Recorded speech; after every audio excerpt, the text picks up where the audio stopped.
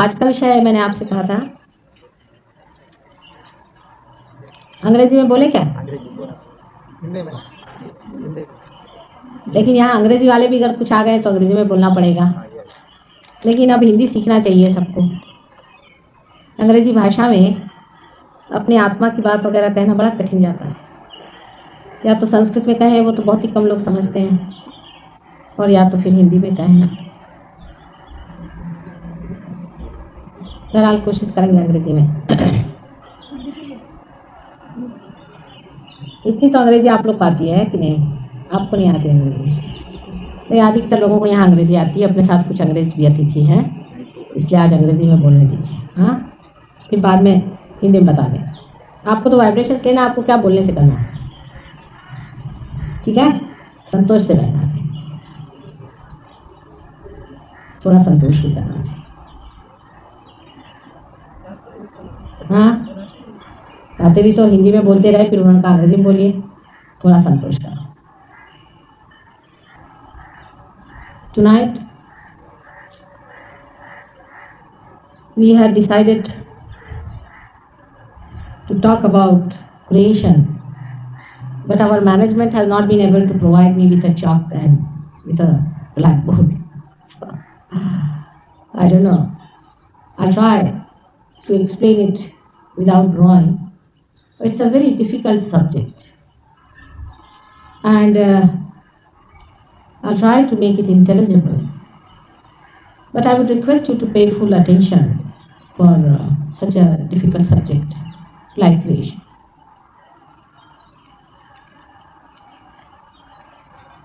One thing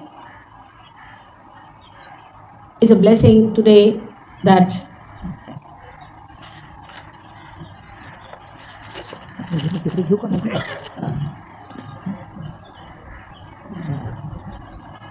चालून बघू तुमच्या कोणती चालतात बघा, मग मला चला नाभी चक्राची पकड आहे. The greatest blessing today is that many of you can feel the vibrations, and not only that, but you also know and realize that they can think and they can learn. It's a very big blessing. Of course, some of you haven't got it, but those who have got it know that these vibrations organize because they raise the Kundalini. They go to the place where it is needed out of compassion to that portion where there is deficiency. They understand, they organize, they are universal in nature, and they learn. They answer to your questions. When you ask them some questions, you receive answer from them. They are living vibrations.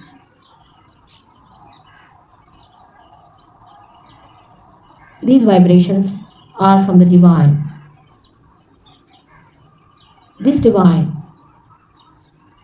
is called as Brahma, Brahma Tattva, principle of divine.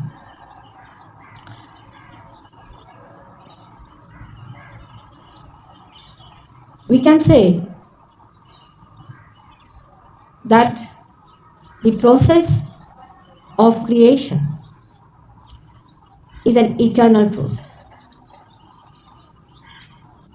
Means a seed becomes a tree, and the tree becomes a seed, and the seed becomes a tree. It goes on and on. It's eternal. So it cannot have a starting point, and it cannot have an ending point. It goes on and on and on. That's why it can have different states of existence. You can say state of being. So the first, just the being, is Brahma, where nothing exists. We say nothing. When we say nothing, it is a relative word, because we do not exist. So we say nothing exists. It's a relative word. When we are not existing, for us everything is nothing. There is something, but that is not ourselves. And that's why we say it is nothing. It's only the Brahma. You can say, you can think of an energy if you want to, an energy form that exists.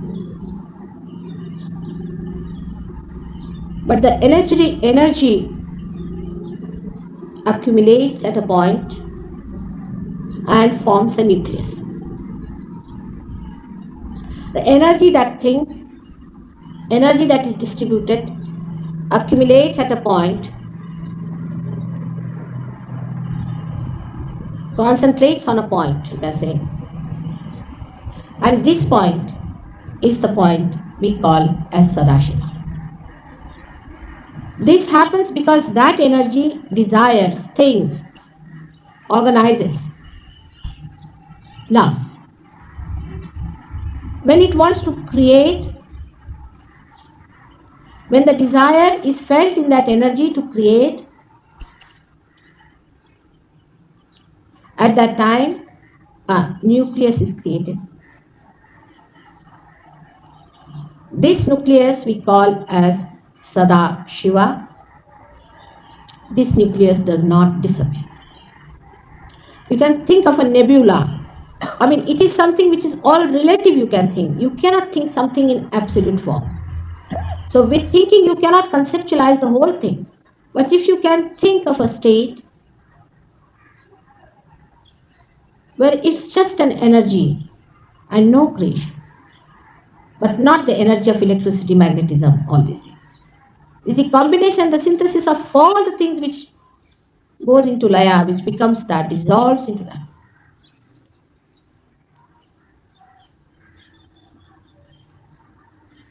It coagulates, say, on a point. That may be a word. Coagulates at a point, which we can call as a nucleus.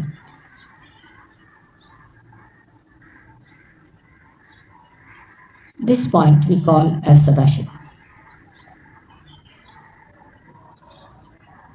This Sadashiva is the Ishvara, is the God Almighty.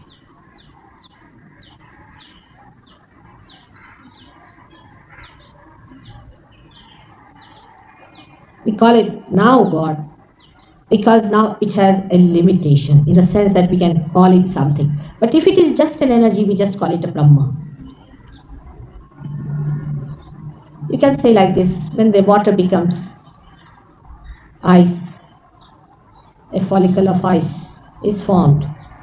You can differentiate between the water and the ice, but still it's a relative understanding. At this state, God Almighty, Parameshwara, takes its form as an identity. That's why we can say that it is not Brahma, but an identity. Identity has its aura, has its aura. We can say it's light. This light is the divine love. It goes into various forms, but Sadashiva remains as he is. Now the desire to create is transferred to the aura. The aura is the power of God, Shakti.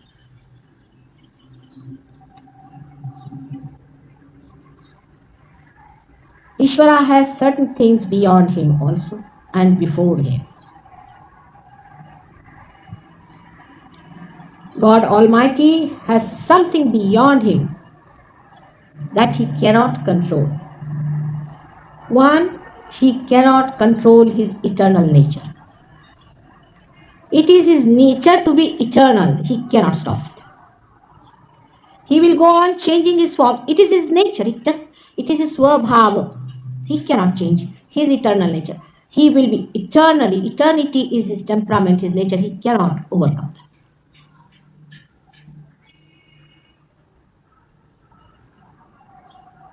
For example, God cannot take away your freedom to choose the truth. He cannot. Once he has granted, he is not going to take it away. You have to choose it in all your freedom. He will not force you to take it. Many people have hopes like that. That's sadly mistaken. At this juncture only lies the problem of complete destruction or complete resurrection. It is left into the hands of human beings to decide whether they want to accept the truth or they want to follow the falsehood. So you have given complete freedom to choose. I won't go into the details about God Almighty because it's a very subtler subject and requires much more attention. I have talked about it before to many people and all his nature and all that. But he is the witness, he is the Sakshi in the form of a Sakshi. What is he witnessing? He is witnessing the creation.